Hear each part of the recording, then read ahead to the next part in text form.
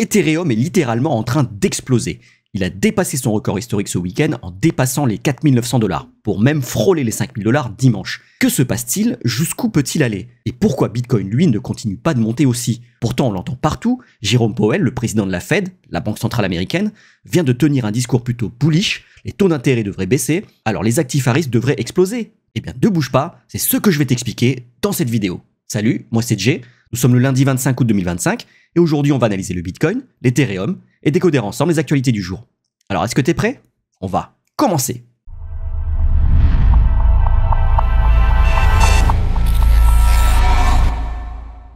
Petit disclaimer quand même, rien dans cette vidéo ne constitue un conseil financier, c'est juste du contenu éducatif destiné à te donner la température et les tendances du marché crypto, les bases du trading, et si ce contenu t'intéresse et que tu veux en savoir plus, alors dis-le moi en commentaire, lâche un like, abonne-toi à la chaîne et active les notifications. Et on commence tout de suite avec une vue d'ensemble du marché qui est plutôt mitigée aujourd'hui. On a Ethereum qui a pris quasiment 10% alors que Bitcoin lui a chuté de 3%. C'est plutôt étonnant vu les performances depuis le début de l'année, mais on va pas s'en plaindre. À côté de ça, on a quelques altcoins qui ont bien performé, Solana 12%, vous voyez, OKB 63%, Morpho 27%, AAV plus 17%, mais on en a aussi quelques-uns qui ont pris cher, vous voyez, Saros, Pump, Sky, X, MKR, donc globalement plutôt mitigé. Mais c'est normal et je vais vous expliquer pourquoi dans la suite de la vidéo. Et on continue tout de suite avec l'index de la peur et de la cupidité.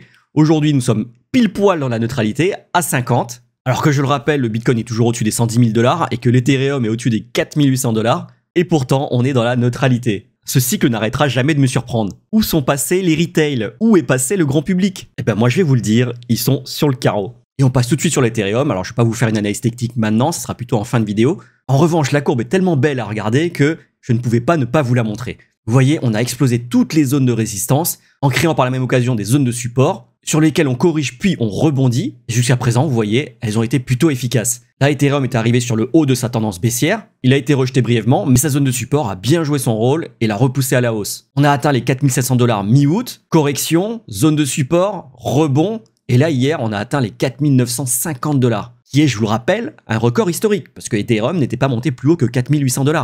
Et c'était il y a bientôt 4 ans. Il était temps, hein, comme on dit. Mais alors, petit rappel, je vous avais fait une vidéo précisément le 22 avril, où je vous disais attention, Ethereum est sur le point d'exploser. Le 22 avril, on va voir sur le graphique, le 22 avril, c'était ici, vraiment quasiment au bottom. Depuis, il a fait plus 221%, donc plus de x3. Si vous aviez acheté à cet endroit-là, et ben votre capital aurait fait plus de x3. Malheureusement, cette vidéo, vous n'étiez que 254 à l'avoir vue. Bon, à l'époque, j'avais pas autant d'abonnés. Écoutez, tant pis pour ceux qui l'ont pas vu. Mais c'est aussi ça un peu le problème de la psychologie humaine, c'est que quand les marchés sont rouges et qui sont bas, on a tendance à ne pas vouloir s'informer. La politique de l'autruche. On préfère occulter les soucis que s'informer pour bien agir et bien réagir. C'est pas très courageux, ça c'est certain, mais surtout, c'est pas malin parce que c'est justement pendant ces moments-là que naissent les opportunités. Quand tout le monde a peur et quand tout le monde a capitulé, c'est justement là qu'il faut acheter. Dans chaque vidéo, je vous le rappelle, il faut acheter dans l'extrême peur et revendre dans l'extrême cupidité. Début avril, nous étions ici. Donc c'était un bon moment pour acheter. Sauf qu'à ce moment-là, tout le monde avait choisi d'occulter le marché crypto. Donc notez-le-vous bien pour la suite, quand tout le monde est en train de paniquer, restez serein, restez zen. C'est au contraire le moment où vous devez bien vous rester informé pour savoir quand rentrer. Et si vous rentrez dans l'extrême peur, vous pouvez être certain que c'est un bon moment. Allez, trêve de psychologie, on passe tout de suite à la news importante du week-end. Enfin, c'était vendredi, au cas où vous l'auriez raté, ce dont je doute quand même un petit peu parce que c'était dur de passer à côté. Jérôme Powell, le président de la Fed, donc la banque centrale américaine, a rappelé que les tarifs douaniers de Trump pèsent de plus en plus sur les prix à la consommation, mais qu'une hausse ponctuelle ne doit pas se transformer en inflation durable. En parallèle, les risques sur l'emploi augmentent, ce qui change l'équilibre des priorités de la Fed. Concrètement, si la Banque centrale estime que le chômage devient une menace plus forte que l'inflation, elle pourrait être amenée à assouplir sa politique monétaire plus tôt que prévu. Et pour le marché crypto, ça voudrait dire plus de liquidité, donc un contexte beaucoup plus favorable pour les cryptos. D'ailleurs, les spéculations n'ont pas tardé. Dès le début de son discours, les chances que la Fed baisse les taux directeurs au mois de septembre, mi-septembre précisément, sont passées de 50% à quasiment 90%. Toujours au cas où vous ne l'auriez pas vu, c'est ce qui a causé cette belle bougie haussière sur la journée de vendredi. Bon, ça a été ravalé pendant le week-end, hein. Donc sur Bitcoin, c'était pas durable. En revanche, sur Ethereum, vous voyez, la bougie, elle est ici. Et depuis, on est en train de tenir bon. Et alors ça continue dans l'interprétation bullish de ce discours, puisque dans la foulée, pareil, on a 140 milliards de dollars qui ont été injectés sur les marchés crypto. Pour rappel, la totalité du marché crypto, c'est 3800 milliards, donc plus 140 milliards d'un coup, c'est énorme. Derrière, on a les recherches pour le mot crypto sur Google Trends qui a explosé. On a Michael Saylor, le CEO de Strategy Bay, qui a annoncé qu'ils allaient encore acheter du Bitcoin. Pour rappel, ils en détiennent déjà plus de 500 000. Mais attention quand même, parce que Ce petit tableau, il nous rappelle que le mois de septembre est historiquement un mauvais mois pour le Bitcoin. Et même les mois de septembre où il a été plutôt vert, on n'est jamais monté au-dessus de 8%. Donc attention, attention, ne pas succomber à l'euphorie, surtout sur le Bitcoin. Et pourquoi? Je vais vous expliquer pourquoi. Et bien tout ça s'explique en regardant le ratio Ethereum-Bitcoin. Ce graphique représente la force de l'Ethereum face au Bitcoin. Plus la courbe monte, plus l'Ethereum est fort, et plus elle descend, plus l'Ethereum est faible. Logique. Et je vous ai identifié également les halvings du Bitcoin.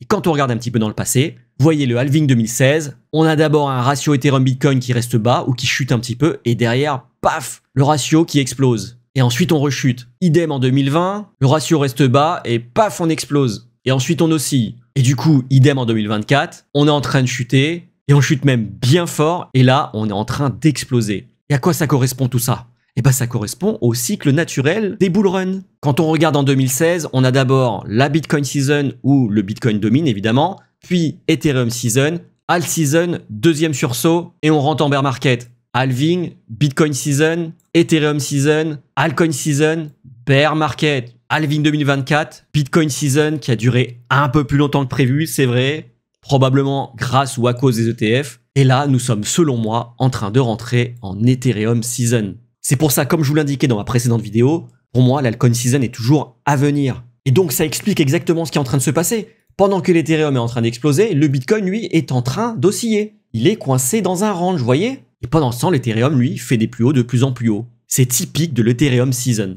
Donc, pas de souci à se faire. Le Bitcoin va très bien, l'Ethereum également. Les altcoins sont sur le point de décoller. Ce n'est surtout pas le moment de paniquer. Et du coup, ça se reflète bien sur les inflows des ETF, puisque ça fait une semaine qu'on a des outflows sur les ETF Bitcoin. Alors, c'est pas énorme non plus, hein, c'est pas catastrophique. Mais en parallèle, sur l'Ethereum, on a eu quelques outflows, mais jeudi et vendredi, on a eu de beaux inflows. Donc des dollars qui sont entrés sur les ETF Ethereum. Un demi-milliard sur 2 jours même. Allez, c'était tout pour les news. On passe tout de suite au calendrier économique. Et cette semaine, pas grand chose avant vendredi. Vendredi, attention, c'est le PCE Core. Je vous rappelle, le PCE Core, c'est l'un des 2 indices que regarde la Fed. En tout cas, c'est l'un des 2 les plus importants pour arbitrer sur la baisse, la hausse ou le maintien des taux directeurs. On a vu tout à l'heure que Powell avait tenu un discours plutôt bullish. En revanche, si les chiffres du PCE Core sont trop mauvais, si par exemple on a 3,5, j'exagère un peu évidemment, et ben la Fed ne pourra pas baisser les taux. Parce que le PCE Core, c'est l'indice des prix à la consommation des ménages. C'est l'inflation, quoi. Plus ce chiffre augmente, moins il y a de chances que la Fed baisse les taux. Donc pour confirmer vraiment la baisse des taux à venir mi-septembre, il faudrait que ce chiffre soit inférieur à 2,8%.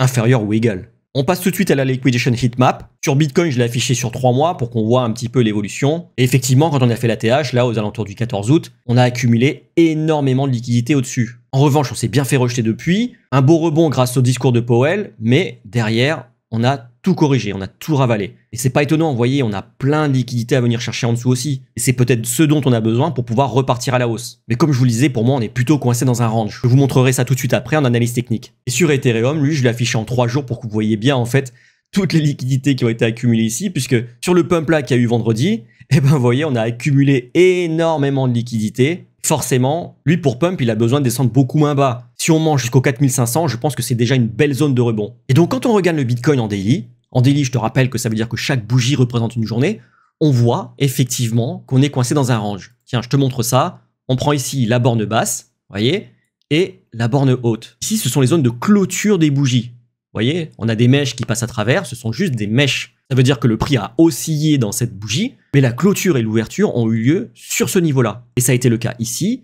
et le cas ici. Pareil pour la borne haute, clôture ici sur les 123 282 $, qui correspond au précédent ATH. On est venu prendre ici la liquidité qui était au-dessus de ce top-là, et on a été rejeté violemment. Ça s'appelle un SFP, un Swing Failure Pattern. Et donc, qu'est-ce que c'est qu'un SFP? C'est une prise de liquidité et un rejet violent dans l'autre direction. Mais ça marche pas que dans un sens, ça marche aussi dans ce sens-là. Tu vois, là, on a rebondi une première fois ici, une deuxième fois ici, et là, sur la troisième fois, donc hier, on a fait une belle mèche qui a été ravalée instantanément. Et aujourd'hui, on est encore dedans. Donc là, pour l'instant, on n'a pas encore clôturé la bougie, puisque la journée n'est pas terminée. Donc, est-ce que ce sera également un SFP? On va voir à la clôture. La session de New York de cet après-midi va être décisive. Si on clôture au-dessus des 113 400 $, ça sera un SFP. Si on clôture en dessous, ça ne sera pas un SFP. Qu'est-ce que ça veut dire? Ça veut dire que si on clôture au-dessus des 113 400, il y a de fortes chances qu'on parte à la hausse. Si on clôture en dessous, au contraire, on risque d'aller plus bas. Alors attention, on a une belle zone de support sur ces niveaux-là, sur les 108 000 $. Le prix a bien bataillé, donc si on chute plus bas, ça sera au niveau des 108, pas beaucoup plus bas.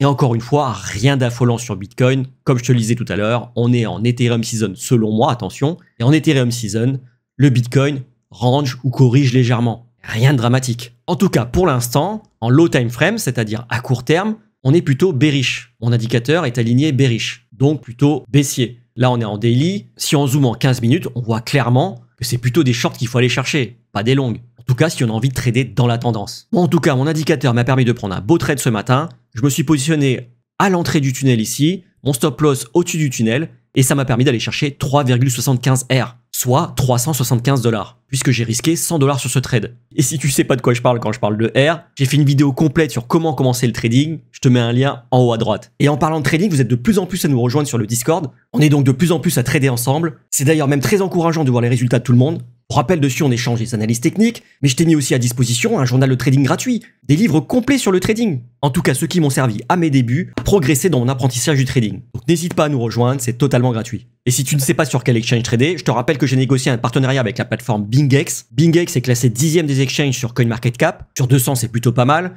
C'est 14 milliards de volume de trading tous les jours. Et surtout, ils sont dans la place depuis 2018. Donc ils font partie des vieux de la vieille. Moi, je trade dessus depuis un mois et franchement, l'interface est claire, fluide, ergonomique. Les ordres sont passés de manière instantanée. Il n'y a pas de slippage. Clairement, c'est mon coup de cœur de l'année. En plus de ça, grâce à mon lien d'affiliation, tu peux récupérer jusqu'à 5000 $ de récompense. Rien qu'en t'inscrivant dessus, en déposant 50 $ et en tradant l'équivalent de 100 $, tu gagnes 100 plus 100 plus 30, soit 230 $ de bonus. C'est idéal pour gonfler un petit capital. Après, pour ceux qui préfèrent trader les altcoins un peu exotiques, moi je les trade toujours sur Mexi, il y en a beaucoup plus. Et en plus de ça, si tu as envie de rester plutôt anonyme, sur Mexi, il n'y a pas besoin de KYC. Comme pour BingX, je te mets le lien en description. Alors sur la chaîne, je parle beaucoup des mastodontes, de Bitcoin et d'Ethereum, mais si tu souhaites que je parle de ton altcoin préféré, n'hésite pas à me le dire en commentaire. Dans la prochaine vidéo, je ferai une analyse de celui qui aura obtenu le plus de votes. Donc tu sais ce qu'il te reste à faire, tu me mets le nom de ton altcoin en commentaire. Et c'était tout pour aujourd'hui, j'espère que cette vidéo t'a plu. Si c'est le cas, lâche un like et abonne-toi à la chaîne pour ne pas rater les prochaines vidéos. Allez, cheers!